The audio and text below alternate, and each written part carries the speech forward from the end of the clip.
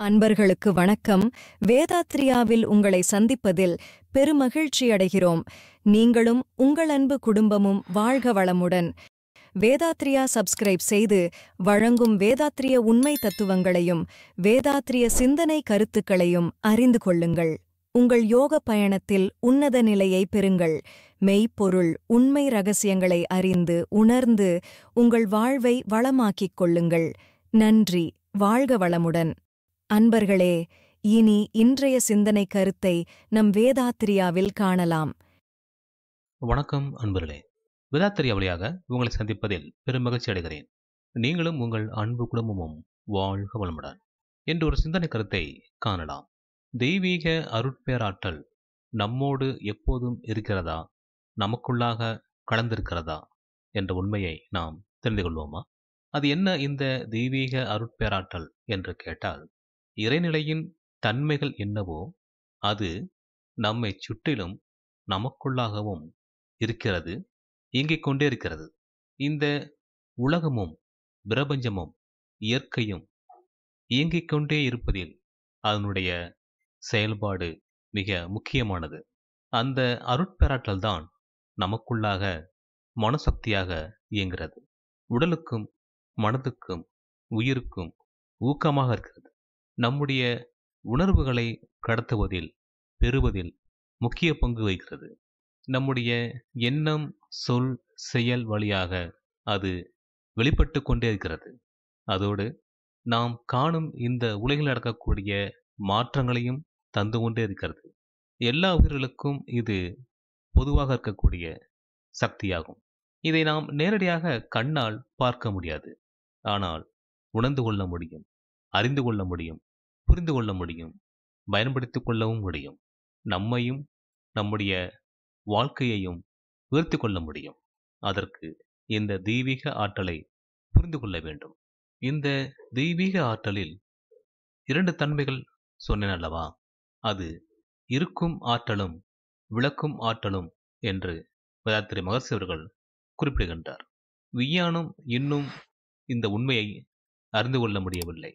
ஆனால் ஓரளவிற்கு அது யூகிக்கிறது. ஆனால் வேறொன்றாக அது நினைத்துக் கொள்கிறது. ஏனென்றால் அதனுடைய கணக்குகளுக்கு இந்த தெய்வீக பேராற்றல் சிக்குவதில்லை. அந்த அளவிற்கு நுட்பமான இயக்கத்தை இந்த தெய்வீக பேராற்றல் கொண்டிருக்கிறது. உங்களை சுற்றிலும் ஒரு தெய்வீக ஆற்றல் நிரம்பி இருப்பதை எப்படி அறியலாம் தெரியுமா? அதிகாலை எழுந்தவுடனே உங்கள் மனதிற்குள் எந்த ஒரு நினைவு தேக்கமும் தாக்கமும் இல்லாமல் இருந்தால் போதுமானது. எந்த ஒரு எண்ணமும் சொல்லும் செயலும் அப்போது இருக்காது என்பது உறுதியானால், அங்கே அந்த சூழலிலும் உங்கள் மனதிற்குள்ளாகவும் தெய்வீக ஆற்றல் நிரம்பியிருப்பதை உணர்ந்து கொள்ள முடியும். இந்த நிலை எத்தனை பேருக்கு கிடைக்கும்?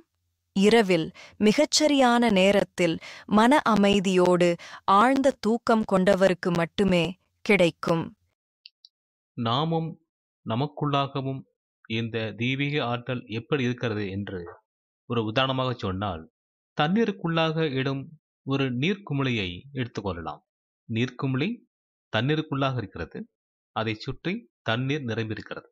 ஒரு வகையில் அந்த நீர்க்குமிழியும் ஒரு நீர்தான். இந்த உண்மையை நாம் புரிந்து கொண்டால் இந்த தெய்வீக ஆற்றலை நாம் புரிந்து கொள்ள முடியும். அதுபோல ஒரு முட்டையை எடுத்துக்கொண்டால், முட்டைக்குள் கருவாக இருப்பது வளரக்கூடிய ஒரு உயிர் ஜீவன். அதை சுற்றிலும் பாதுகாப்பாக இருப்பது வெள்ளை அணுக்கள். அந்த வெள்ளை அணுக்களும் உட்கருவும் பாதுகாப்பாக இருக்க வெளியே ஒரு ஓடு இருக்கிறது. இதுபோல இந்த தெய்வீக ஆற்றல் நம்மை சுற்றி நமக்குள்ளாக நமக்கு வெளியேயும் பாதுகாப்பாக இருந்து நம்மை நடத்தி கொண்டிருக்கிறது. ஒரு நாளின் தொடக்கமும் அதன் நிறைவும் மிக இயல்பாக இயற்கையோடு ஒத்ததாக இருக்க வேண்டும். இந்த உடலும் மனமும் உயிரும் இயற்கைக்கு கட்டுப்பட்டது.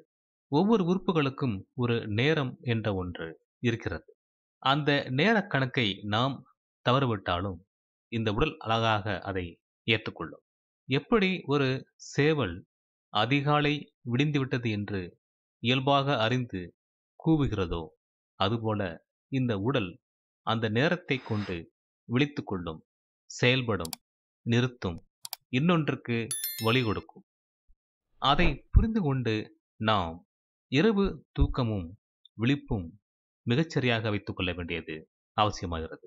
இரவு 10 மணி 10:30 மணி என்ற நேரத்தில் நாம் தூக்கத்தை வரவழைத்துக் கொண்டால் இந்த உடல் மிக இயல்பாக அதிகாலையில் எழுந்துவிடும். ஏனென்றால் அந்த உடல் உறுப்புகள் ஓய்வு பெறக்கூடிய நேரம் அந்த இரவு நேரம். அதுபோல இந்த உறுப்புகள் மிக துடிப்பாக விழிப்பாக எழக்கூடிய நேரம் அதிகாலை தான். இதற்கு நாம் ஒத்துழைத்தால் நம்முடைய நாட்கள் மிகச் சிறப்பாக அமைந்துவிடும். ஆனால் இந்த உலகச் சூழலில் நாம் அதை கெடுத்துவிட்டு நம்முடைய இஷ்டப்படி இந்த உடலையும் உடல் உறுப்புகளையும் பயன்படுத்துகிறோம். அப்படி பயன்படுத்தும் பொழுது இந்த உடல் உறுப்புகள் மட்டுமில்லாமல் நம்முடைய மனமும் கெட்டுப் போகிறது. அதன் வழியாக நம்முடைய உணர்வுகளும் கெட்டுப் போகிறது. அதுவே பலவித நோய்களுக்கு காரணமாகிறது.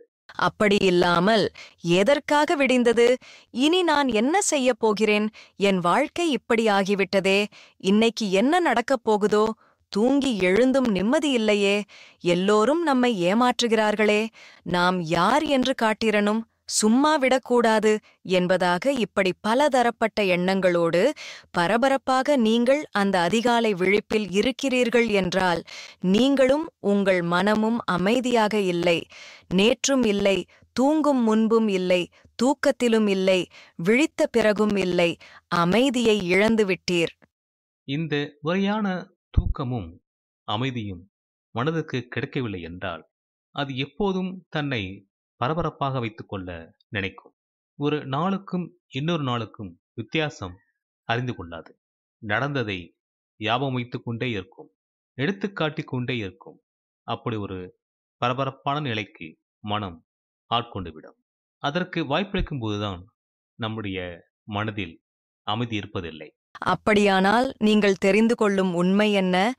எங்கே மனமும் உணர்வுகளும் அமைதியாக, நிறைவாக, நிலையாக இருக்கிறதோ அங்கேதான் தெய்வீக ஆற்றல் நிரம்பியிருக்கும். உங்களுடைய எண்ணம், சொல், செயல் ஆகிய மூன்றும் தன்னுடைய இயல்பில் முரண்பட்டு நின்றால் அங்கே தெய்வீகம் நிலைக்காது. இந்நிலையில் பக்தி வழியாக எந்த ஒரு வழிபாடு செய்தாலும் கூட அது செயற்கையாகவே இருக்கும். மற்ற மனிதர்களோடு பிணக்கும், சண்டையும், சச்சரவுகளும் எளிதில் உருவாகிவிடும். இதனால் அடுத்தவருடைய உடலும் மனமும் துன்புறும் என்பது உறுதி. மனம் என்ற ஒன்றை கொண்டுதான் இந்த உலகில் நாம் வாழ்கிறோம். வேதாத்திரி மகர்ஷி அவர்கள் மனமில்லாத மனிதனும் இல்லை, மனதை நன்கு உணர்ந்த மனிதனும் இல்லை என்று சொல்லுகிறார். மனதை நாம் பயன்படுத்தினாலும் அதை முழுமையாக அறிந்து கொண்டோமா என்று கேள்வி கேட்டால் இல்லை என்று தான் சொல்ல வேண்டும். மனிதர்க்கும் நமக்கும் அடிக்கடி ஒரு போராட்டமாகவே இருக்கிறது என்று சொல்லலாம். நான் சொல்வதை நீ கேட்கிறாயா அல்லது நீ சொல்வதை நான் கேட்க வேண்டுமா என்று இரண்டு பேரும் போட்டி போட்டுக் கொண்டேதான் இருக்கிறோம். மனதோடு ஒத்துப்போக முடியவில்லை அல்லது மனம் நம்மோடு ஒத்துப்போக முடியவில்லை. இப்படி இரு வேறுபட்ட நிலைகள்தான் இருக்கின்றன. மனதை முழுமையாக உணர்ந்து கொள்ளத்தான் யோகம் தேவைப்படுகிறது. ஆனால் யோகத்திற்கு நாம் எளிதாக வர முடிவதில்லை. நம்முடைய பெற்றோர்கள் கூட அதை அனுமதிப்பதில்லை. காரணம், அவர்களுக்கு கிடைக்கக்கூடிய அந்த விளக்கங்கள் அவ்வளவுதான். அதுதான் நமக்கும் கிடைக்கிறது. ஆனால் யோகம் என்பது நம்மை, நம்முடைய வாழ்க்கையை ஒழுங்கு செய்து கொள்ளக்கூடிய ஒரு பயிற்சி முறைதானே தவிர வேறொன்றுமில்லை. ஆனால் யோகத்தை ஏற்றுக்கொண்டால் இந்த உலக வாழ்க்கையை விட்டுவிடுவார்கள் என்ற ஒரு பயம் இன்னமும் பலருக்கு இருக்கிறது. அதுதான் இன்னும் தொடர்ந்தும் வருகிறது. அது அப்படி அல்ல. நம்முடைய பிறவி நோக்கத்தையும் பிறவி கடமையையும் புரிந்து கொள்ள ஒரு அற்புதமான வாய்ப்புதான் இந்த யோகக்கலை. அதை நாம் இனிமேலாவது புரிந்து கொள்ள வேண்டும். இந்த நிலை மாற வேண்டுமா? உங்களை சுற்றிலும் ஒரு தெய்வீக ஆற்றல் நிரம்பி இருக்க வேண்டுமா? அப்படியானால் ஒவ்வொரு இரவும் படுக்கைக்கு முன்பாக தற்சோதனை எனும் அகத்தாய்வு செய்து கொள்ள வேண்டும். ஒவ்வொரு நாள் அதிகாலையில் காயகல்பம், உடற்பயிற்சி, தவம் என்பதை வழக்கமாக்கிக் கொள்ள வேண்டும். பிறகுதான் உங்களுடைய அன்றாட நடவடிக்கைகளை தொடங்க வேண்டும். உங்கள் உடல், மனம், உயிர் ஆகிய மூன்றுமே ஒத்துமையான தன்மையில் ஒன்றுக்கொன்று முரண்படாமல் செயல்பட வேண்டியது முக்கியம். அப்படி இருந்தால் நிச்சயமாக மாற்றம் கிடைக்கும். இந்த யோகத்தில் எத்தனையோ முறைகள் இருந்தால் கூட வேதாத்திரிய மனவளக்கலை மிக எளிதானது. குரு வழியாக நேரடியாக கிடைக்கக்கூடிய எளிய முறை பயிற்சியாகும். இந்த பயிற்சியை மிக எளிதாக நாம் கற்றுக்கொள்ள முடியும். பருவ வயது நிறைந்திருந்தால் போதுமானது. தீட்சை பெற்றுக்கொண்டு தியானம் என்ற தவம் செய்து மட்டுமில்லாமல் எளிய முறை உடற்பயிற்சி நமக்கு துணையாக இருக்கும். இந்த உடலையும் உடல் உறுப்புகளையும் அதன் இயக்கப்பதிவிலிருந்து திருத்தி அமைத்து ஒழுங்குபடுத்தி முறைப்படுத்தி நோய்த்தன்மைகளை நீக்கி நோயற்ற வாழ்வு வாழ உதவும். அதோடு உடலையும் உயிரையும் மனதையும் வித்துநாதத்தையும் தூய்மை செய்து கொள்ளும் ஒரு பயிற்சி தான் காயகல்ப யோகக்கலை. இந்த பயிற்சியும் நம்முடைய வாழ்நாளை நீட்டிக்கச் செய்கிறது. இந்த வாழ்நாளுக்குள்ளாக நாம் இந்த இறை உண்மையை அறிந்து கொள்வதற்கு காயகல்ப யோகக்கலை நமக்கு உதவுகிறது. இதனோடு அகத்தாய்வு எனும் தற்சோதனை பயிற்சி ஒவ்வொரு நாளும் நம்மை சுத்தப்படுத்துகிறது. நம்முடைய எண்ணம், சொல், செயல் இவைகளை தூய்மைப்படுத்திக் கொள்ள உதவுகிறது.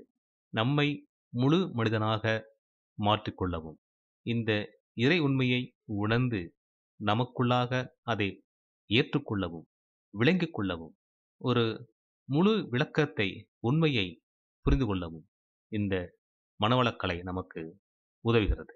எனவே இனியும் தாமதிக்காமல் இன்று முதல் உங்களை திருத்தி அமைத்துக் கொண்டால் இந்த தெய்வீக பேராற்றல் நம்மோடு கலந்திருப்பதையும் நமக்குள்ளாக கலந்திருப்பதையும் உணர்ந்து கொண்டு இந்த வாழ்வை சிறப்பாக அமைத்துக் கொள்ளலாம்.